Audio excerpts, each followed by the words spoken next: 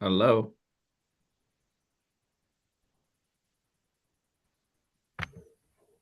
Okay, can everybody hear me?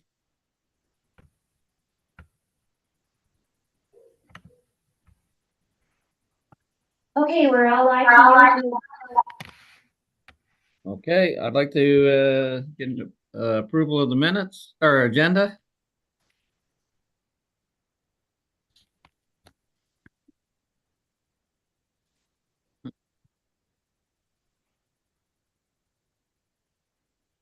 Did we get that?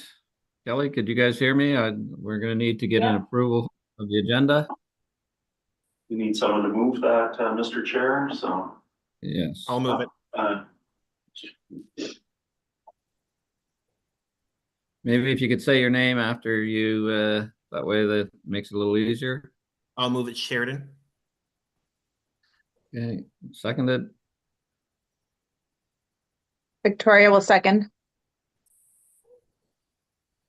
Okay. And I don't believe we have to go any farther, do we, Kelly? We don't have to vote on No. that, so. Nope. Okay, so maybe we'll do a roundtable introductions. My name's Kevin Nicklin, and I'm the chair of the Economic Expansion Committee. Move on from there. Paul Beignet, Ward 2 Councillor, Arcadia. I'm Susan Jonah, Deputy Mayor of Hanwell.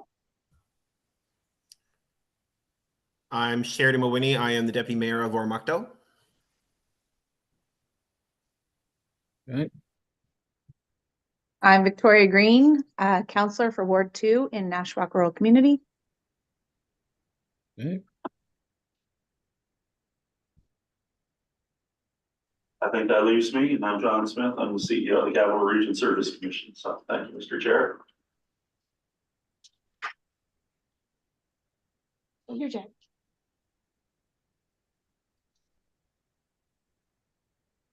Okay. All right, then we'll go, if we could ask, maybe John, could you, our CEO, do an update on activities? Yes, thank you very much, Mr. Chair, and through you, Mr. Chair, to the members. Just since the last meeting, we did do a presentation from the Economic Expansion Committee, full report to the board at our February meeting, and it was received and accepted by the board unanimously. So we thank the chair on that, and that went very well. We've also, since that time, had a planning and orientation for all of the members in the CRSC, for the directors and the alternates. And I just received a report today from Pivot Consulting. There's two phases to that. There's an executive summary, and there's a confidential report to me as CEO on what the members had discussed, what were the priorities in the strategic plan, and how they want that to move forward. So there's lots of food for thought in there. I'm still just going through the report. I just literally got it a little earlier today, but it's been in pretty much back-to-back meetings all today. So definitely have more of a robust report on that at the next meeting. And I just wanted to say that I also had a meeting with Ignite and Fredericton Tourism this week. And it was a very positive meeting. We talked about some of the things that we're going to be talking about here a little later, Mr. Chair, such as, scorecard, reporting, accountability, some in regards to that. How do we get the right statistics and when are they available? And how do we report back? So I think at that point, Mr. Chair, I will turn it back over to you, and then we can go through the agenda, and I'll have probably some more comments as we move forward. Okay, we would like to, I think everybody received the proposal of the meeting schedules, and I don't believe we received anything back on that. So everybody kind of agreed that 4 PM was the best time for the meeting time on the committee. And we proposed a third Thursday of each month. So I was wondering if that Well, I can do that it. works for Sorry, everyone. sorry, I didn't get back to you on that. 4 is not bad. Thursdays are, well, Wednesdays, Thursdays, or Friday are quite difficult for me. Mondays or Tuesdays are a little bit better because I don't work. And 4 o'clock is tight, as you know, as you saw me running around my office here. But it's whatever works best for everybody else. Okay. Does anybody else have any comments?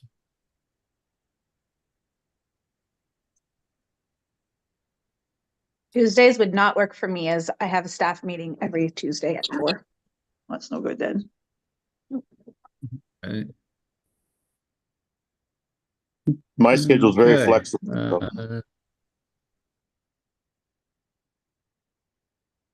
All right. Well, Mondays is there, are also good for me. If not, I can do Thursdays. It's just that I'll usually be very rushed and I'll, whatever. But I can do it. okay, And if I'm a little late, well, I'm a little, late. okay. Well, maybe we'll have to take another look at that and see if we can get a date. Is there, so Mondays is the better day? Is that a conflict for CRSC in any way, or? Don't believe so. Yeah, Kelly and I are just kind of eyeing one another here on camera trying to connect, but I think Monday could work. Mondays would Mondays at 4 be better for everyone? Sure. Sure, works for me. Yep, fine I for see, me. Yeah. Mr. Chair, Director Hayward is Vice Chair, has joined us as well. Director Hayward, does that work for you as well? Yeah, I have no issue with that. My schedule's fairly flexible, so. Okay, well, why don't we can we ask Kelly to maybe rearrange the schedule to Mondays on those dates, Is there a preferred and Monday? then we'll move forward with that. First Monday, So go with, Mr. Chair, if I may, through you to the members, the And, third Monday of okay. each month work. Yes. Works for me. Is Yep. there- Yep, that works. Yep. Yes, fine for My me. internet must be working some slow because I can only catch every second word here. You and Director Powell are gonna have to get some new IT folks there. He got his fixed. Kelly intervened. I just want you to know that. If you need, we'll send her out there.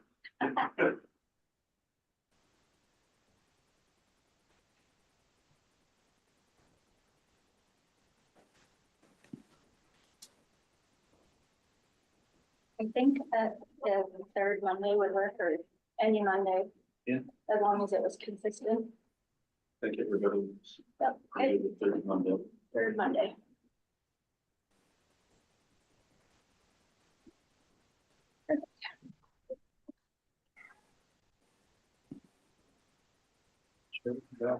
No, We're just waiting for the chair to rejoin there. I think he just stepped offline for a moment. Sorry about that, folks, but that's the beauty of technology, right? So get to enjoy it.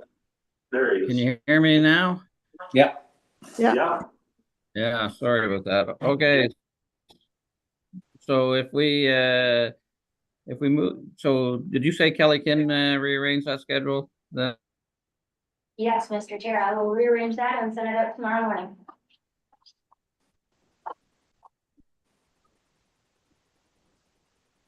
Mr. Chair, were you able to hear Kelly?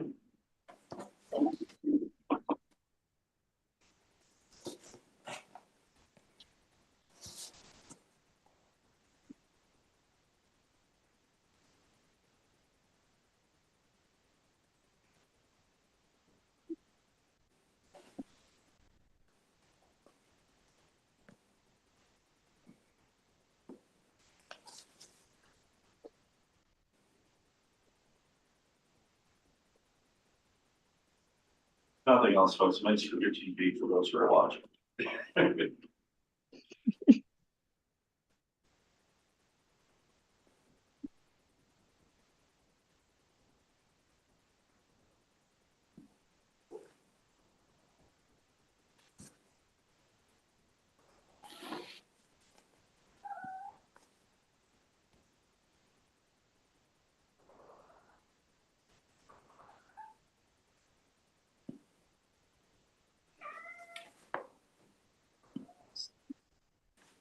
So folks need to be on the call, and I thought that might have been Director Nicholson might be in there. Uh,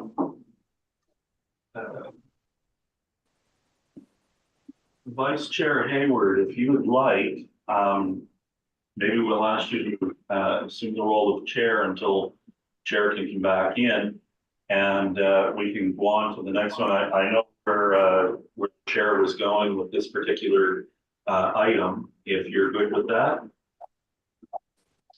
No, I have no issue with that. We've opened up the agenda here. Well,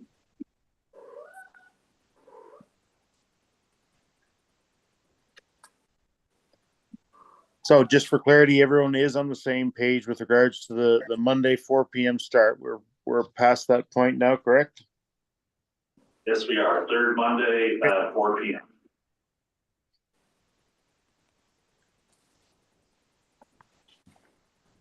And the introductions, we have presenters. In terms of that, we had already, in terms of the, where we are now in terms of that, Mr. Chair, is we're at the next one on the scorecard accountability process and implementation guide.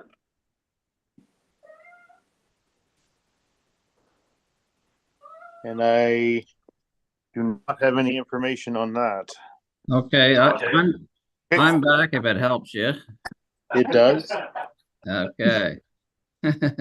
Sorry about Mr. that. Chair, we're trying to maneuver on the fly here, so. Yeah, I apologize for the internet issues I'm having here, but okay. So on the accountability process and implementation guide, we're talking about discussions with Ignite and Fredericton Capital Region Tourism.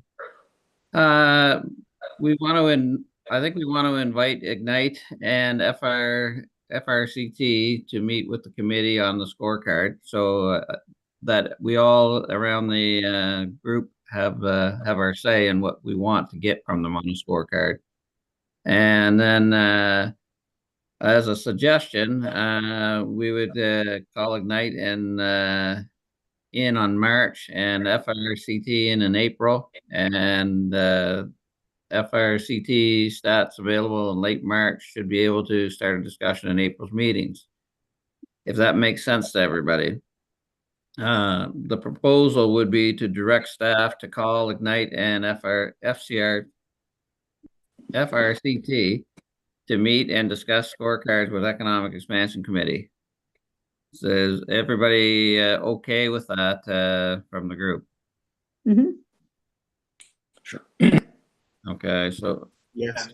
If I may, Mr. Chair, and the reason for that being is that Ignite does a more, they're more numbers driven, if you will, before year end, and their year end is very similar to ours, but a lot of the data that they received in the two organizations isn't available until normally sometime in March or late March. So that was the reason for the lag in having Ignite in March and Fredericton Capital Region Tourism in April. So I just wanted to clarify that. But we will certainly invite them as per the direction of the committee.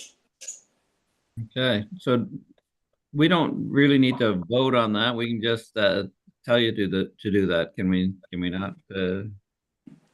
Yes, and everyone was I believe everybody was in agreement there to have them come in. So it's unanimous. So we don't have to take a vote.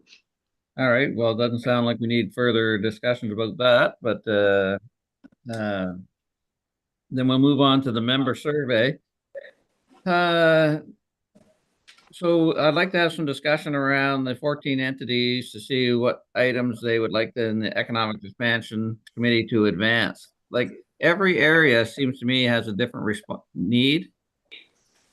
And if we all have different needs, then there should be, one plan doesn't fit all, but we can't be working in every direction. So I think I would like to see us do a member survey. Any thoughts on that?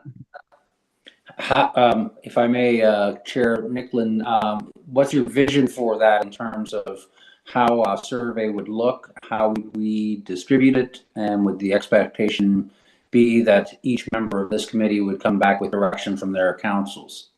That's the way I would see it, is that you would go back to your council, decide what's important to your area for economic expansion, and then we would submit those back through to Kelly. And then the problem is that, in the run of a year, you can't solve 100 items.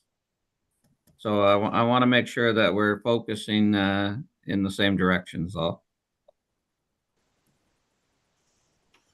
And I believe, Mr. Chair, if you will, through you to the members, I think to Member Menyer's point, I think it would be I think we should expand it, have the committee go back and ask each of our other members around the table as well, so that we have the full direction of what our member communities would like to have on that, if that's something that the committee would be interested in. Yeah, that I didn't mean to limit it to just this group, but I meant for the entire 14 entities.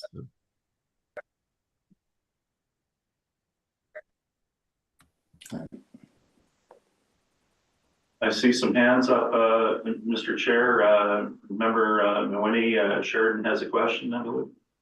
I'm sorry, I don't even. Okay. Oh, there it is. Yes. Sorry. Go ahead. Yes, thank you, Chair. And I'm just kind of curious, by what date would you like that information so that we know what the timeline is to be able to get that information to you?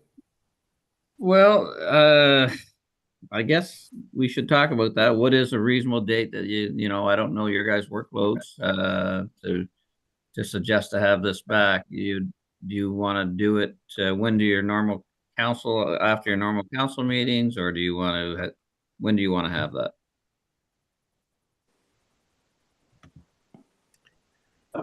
Mr. Chair, if I may, just to jump in, maybe what we should do is staff here will develop in short order a survey, share that with this committee for input, and then we'll send it out after that with a time frame so that we can bring it back to the committee to decide what that will look like and how that could work into, as we talk about down a little further, into a work plan for 2024 and forward. That would be awesome. If that's reasonable to the committee members. Perfect. I think that's a way to get us organized and get us moving forward. Does everybody agree with that? Yes. I do. Yes. Yeah, sure. Okay, well, that's good then.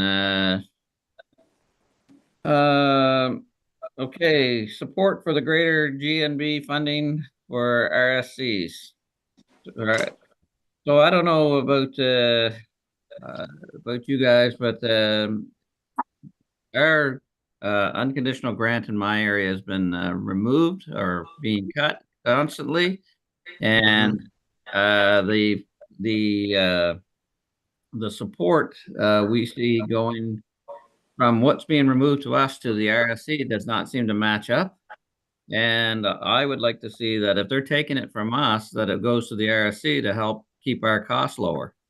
And I would like to give direction to the CRSC to work on these funding for the RSCs, because what the province is basically doing is giving us 50-cent dollars back to the RSC, and then the rest comes from the municipalities.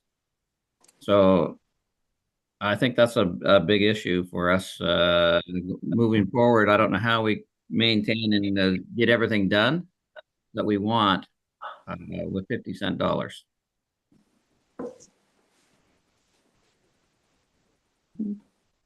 So, Mr. Chair, if I may, just within that, what we would do is ask the members to direct staff to bring forward a recommendation to the to develop a recommendation that the committee would put forward to the board in order to have that done, because any letters or any requests to the province technically need to come through, should under our bylaws need to come through the chair. So what we would do is staff would prepare a report and then start to draft the work of the drafting on the letter, and we would look at that. I believe Kelly, you might have a step on that. That's correct. Okay. Okay, then that's what I think we should be looking at doing, because if not, we're going to all just continue to lose our unconditional grants, and then you're going to end up paying for the services through CRSC as well. So, and it's not really fair that I don't know where the rest of the money's going, but I think it's important that we find out. I think all the municipalities have been having the same discussion on just about everything, to tell you the truth. Okay, good. So, are you guys good with us working that process as John laid out? Yep, I agree. I do as well. Okay. Okay. And I don't see any hands up, so we're good. Okay, discussion on Ignite board members reporting to Economic Expansion Committee. So in the last meeting we had, there was some questions raised by Director Sweeney that he wasn't exactly sure what to do with the information or how he was to act on the Ignite board. And so I think the proposal would be, is there a value in having the members report back to the committee, go back to us as the Economic Expansion Committee?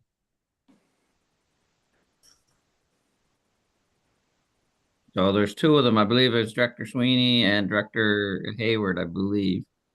Director Duplessis, Mr. Chair. Oh, I'm sorry. Director Duplessis, right, and Director Sweeney. So, Mr. Chair, if I may, just for the committee's reference, under the MOU with Ignite for Economic Development Services, the Capital Region Service Commission appoints technically 4 people. One of those is reserved for the city of Fredericton because it's the largest entity. And we have one for someone with private sector background experience that's outside of the RSC. And then 2 of our directors are members of the board of Ignite. And the members would like to better understand from the economic expansion and through the board. So the natural place for reporting would come to this committee to report back through to the board, and then to the board if requested for any further clarification. So the question was raised, is there value in them, in our 2 members on occasion coming in? I don't think we wouldn't need them for every meeting that we're having, but maybe quarterly or semi-annually to come in and update us on their work, because they want to make sure that they're being as transparent as possible and that we're receiving as much information as possible, especially since technically we are the oversight committee for Ignite and Fredericton Capital Region Tourism, but in this particular case, we're talking about Ignite. Thank you, Mr. Chair. Great, thank you. Is there any questions on that?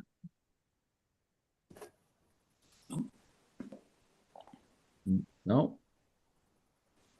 Okay. So I guess then we're all in acceptance that we feel there is value in having the members report back to the committee. I think so. Yes, I think so. Okay. Yes. Yes. So, John, in that case, do you guys make recommendation, or do we send that recommendation to those two directors for those reports, or how's that work? What we would do, I believe in this case, Mr. Chair, is through you to the members, what we would do is invite the members in to provide that report. Maybe Okay. give them a sort of quarterly date, and that their report would form part of our Economic Expansion Committee report to the board. All right. That works for everybody? Looking over, I'm looking at my boss, Kelly, here to tell me what's going on there, make sure I'm on the right track. Okay. I apologize. Yeah. Okay, I think that's what we'll do. Great. We have kind of discussed a little bit about discussions on the work plan for 2024. I think it's important that we stay focused and that we can't be in 1,000 different directions. We need to kind of determine what presentation groups, departments, committees we'd like to engage in with this year. We could the member send a list to Kelly with the areas of interest by the end of February? Would that be reasonable? I think that as we move through these, like right now, we've been talking a lot about tourism and whatnot, but tourism looks very different in Grand Lake, say, than it does in Fredericton. You know, we don't have hotels and we don't have all that, but they would never know where we want to concentrate if we don't talk to them and tell them. Yeah. So, any thoughts on that? Does everybody feel that February, by the end of February, would be a reasonable time to have give you an ample opportunity to talk to your areas and? I think for me. Sorry. Go ahead, member Maloney. Sorry about that. Yeah, I was just gonna say for me, I think it will, because I know that our council is getting together next week a couple of times, so I know that I can have a discussion with them about this. Okay. And Mr. Chair, if I may just jump in there, and I remember Maloney, sorry about that, but and that also includes, like, look, we could also invite folks, you know, other groups in, and if you wanted to talk, you know, sometimes we could even have someone from a government department, or we could have someone from one of the other committees, or we could have, it all depends where those interests lie, if you wanted to have someone come in and make a presentation. So Right. we could look into that for you, and certainly try to arrange it. Sometimes we need a little bit more lead time, but we'd certainly work on that as well. Just to kind of give you some ideas. Yeah, so give you an idea. Today I had I'm sorry, I'm kind of seem unorganized, but I had a meeting with Minister Green today on housing in our area. And there's opportunities not just for not-for-profit, that they will pay up to 30% of the development, which was amazing when you're trying to entice a developer into your area. Well, if you don't know that, then that becomes very cumbersome when you're trying to go 100% development for-profit builders.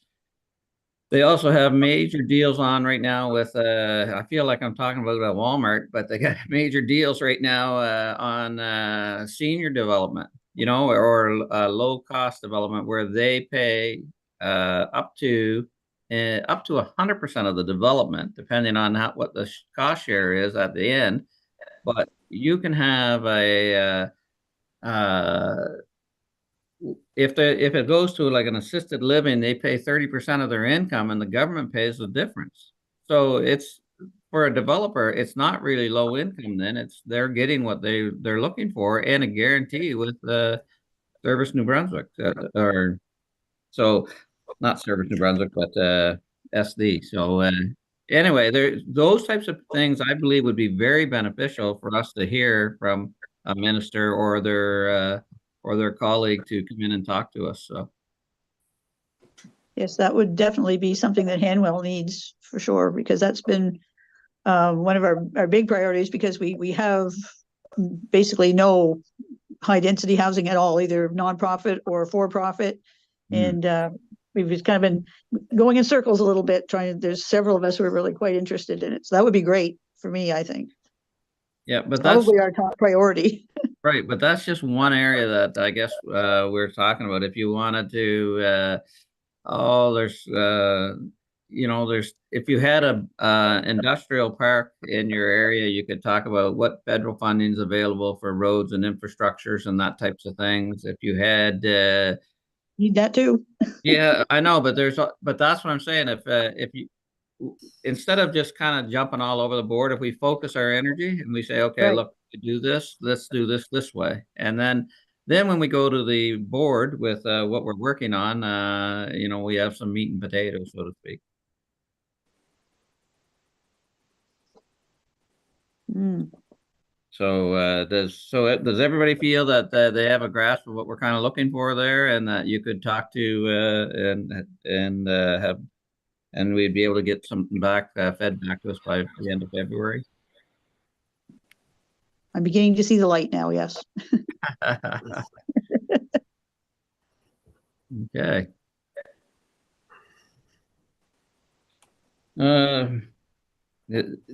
Is there any other areas of interest that you think that we besides those few that I just brought up, or CEO John brought up? So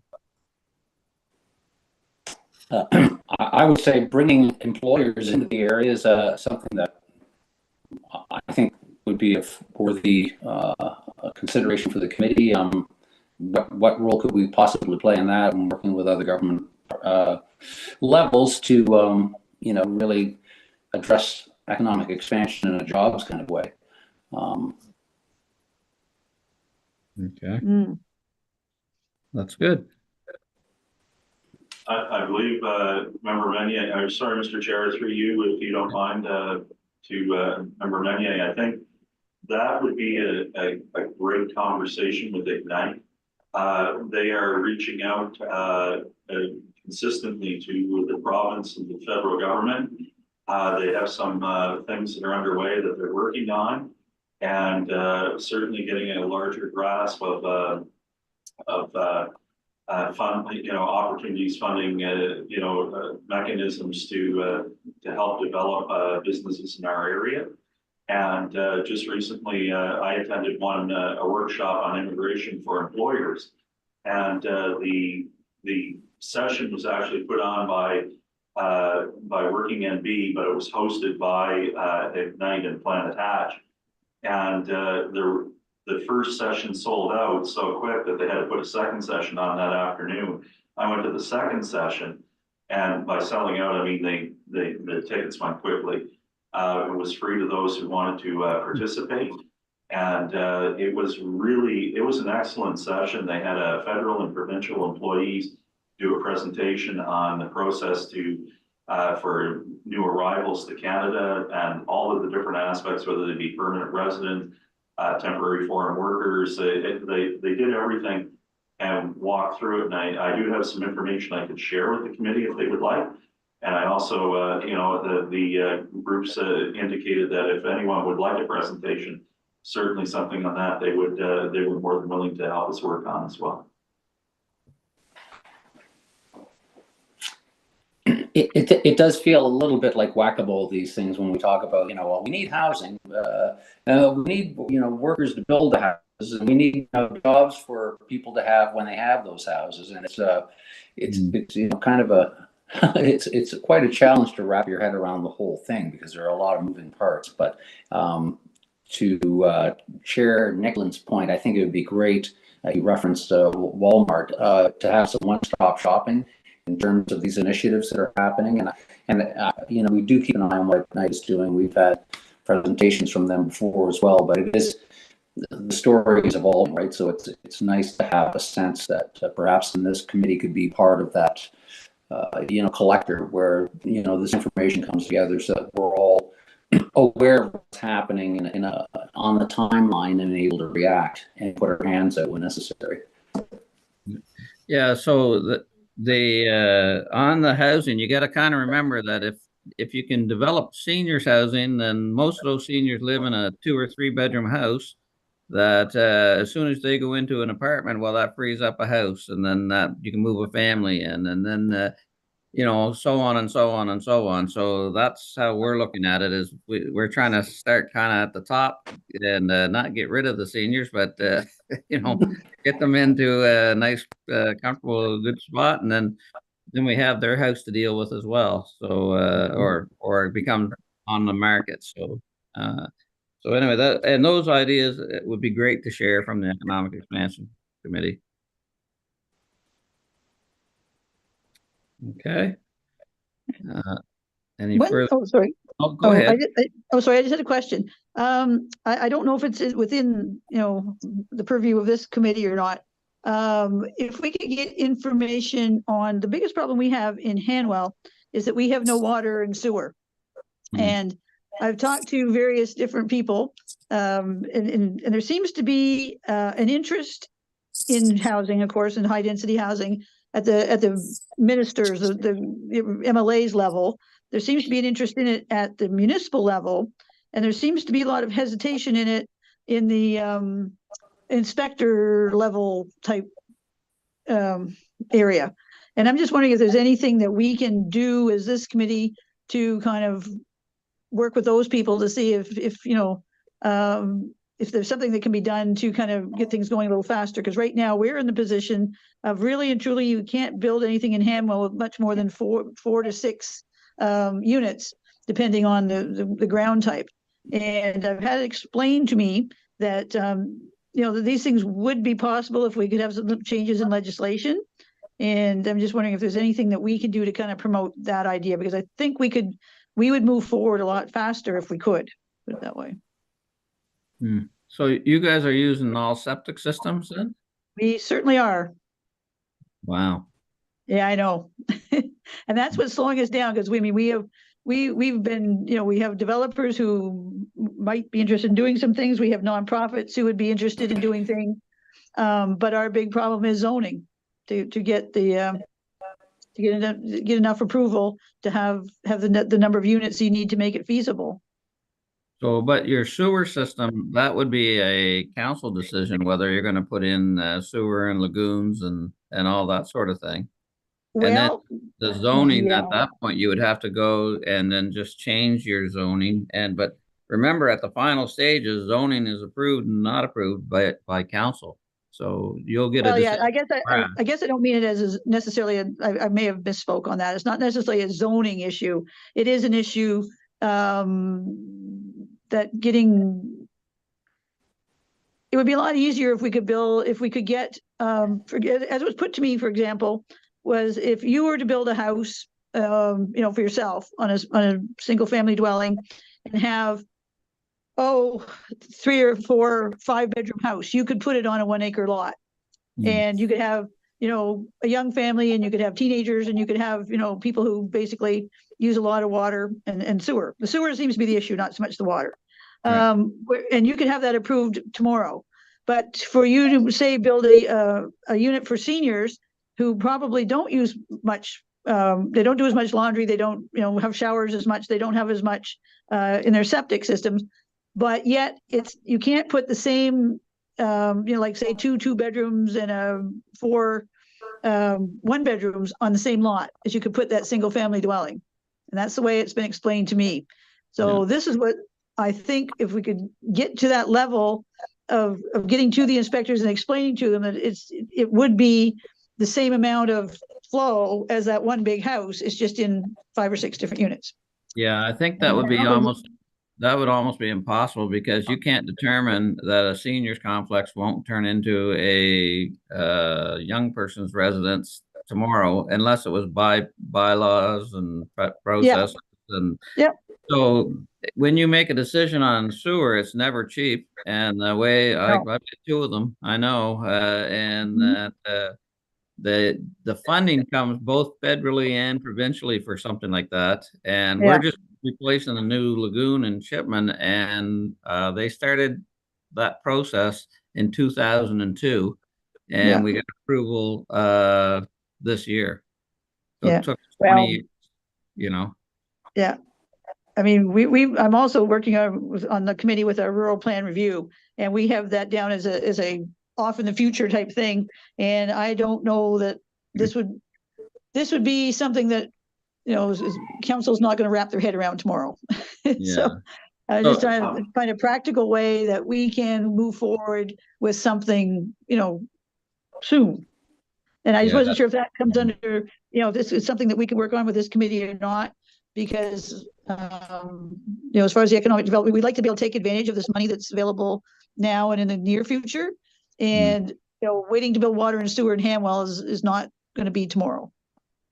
Yeah, I would think wouldn't Prac be the one that you would have to deal with on that? Like, or they would be the start? That's where I've been talking. Oh, I'm the chair of Prac, actually. Oh, well, good for you. I've been talking to myself, haven't I, John? And Lonnie, as you can tell. Yeah. Mr. Chair, if I may, if I could jump in there just for a moment. Just to Member Jonah, Susan, your comment is quite timely. We did shared some information just this week with the government regarding some of the challenges and barriers in the areas that we serve for planning and development. And one of the barriers that we recognized was water and sewage infrastructure.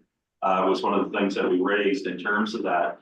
And of course, that's all governed, you know, that in terms of the land use regulations, that comes under the Community Planning Act. So, you know, there's a multi-level approach to this that we have to work through, but your timing couldn't have been more fortuitous on that, because we just raised that this week through our planning and development group. With the government as well. So I just wanted to bring that to your attention. That's really great, actually. Yeah. I guess great minds think alike. Or fools seldom differ, whenever, sure.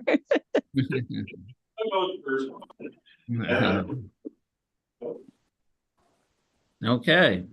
So I guess the next thing is the next meeting date. So the 18th? The 18th, March 18th. March 18th. Okay. And we'll send out, Kelly will send out the rest of the schedule tomorrow morning and to everyone, so that we can put those planners in your calendars. Right. And will Kelly send out an update just so, like, we talked about some of the deadlines here for the you know, by the end of February to have the ideas back there for discussion points and that sort of thing? Just or that'll be in the minutes, I guess. So I mean, we'll send out a couple of key salient points, Mr. Chair, in terms of what we committed to. And then the rest will be put in the staff report to the board. Okay. Is there anything further prior to adjournment? I think so. Okay, then I'd have a motion to adjourn. I'll make that motion. So moved. Okay, adjourned. Thank you, everyone. Thank you. Thank you, everyone. Thank you. Okay. Thank you. Thanks, everyone.